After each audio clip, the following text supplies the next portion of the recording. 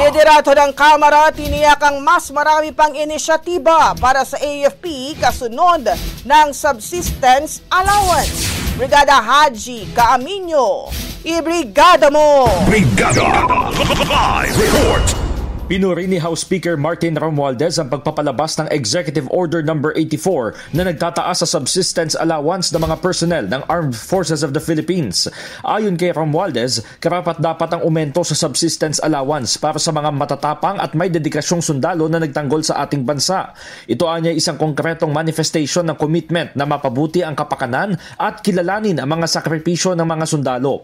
Ipinaliwanag ng Speaker na ang increase na retroactive mula Enero ngayong taon ay popondohan sa ilalim ng 2025 General Appropriations Act na pinagsumikapan ng Kamara at Senado upang maisama ang mga probisyon para sa uniformed personnel.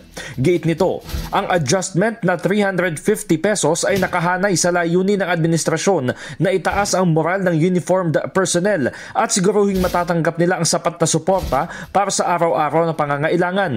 Pero nilinaw ng House Leader na simula pa lamang ito ng mas maraming inisyatiba para sa AFP dahil patuloy nakikilos ang Kamara at makikipag-ugnayan kay Pangulong Bongbong Marcos at sa mga ahensya ng gobyerno upang maipaabot ang pangangailangan ng mga sundalo.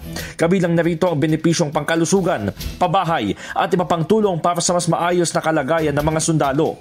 Dagdag pa ni Romualdez, ang pamumuhunan sa kapakanan ng mga sundalo ay nagpapatibay sa pambansang seguridad at nagbibigay ng kontribusyon tungo sa pagiging stable ng bansa. In the heart of changing lives, ito si Brigada Haji Caaminio ng 105.1 Brigada News FM Manila, the Music and News Authority.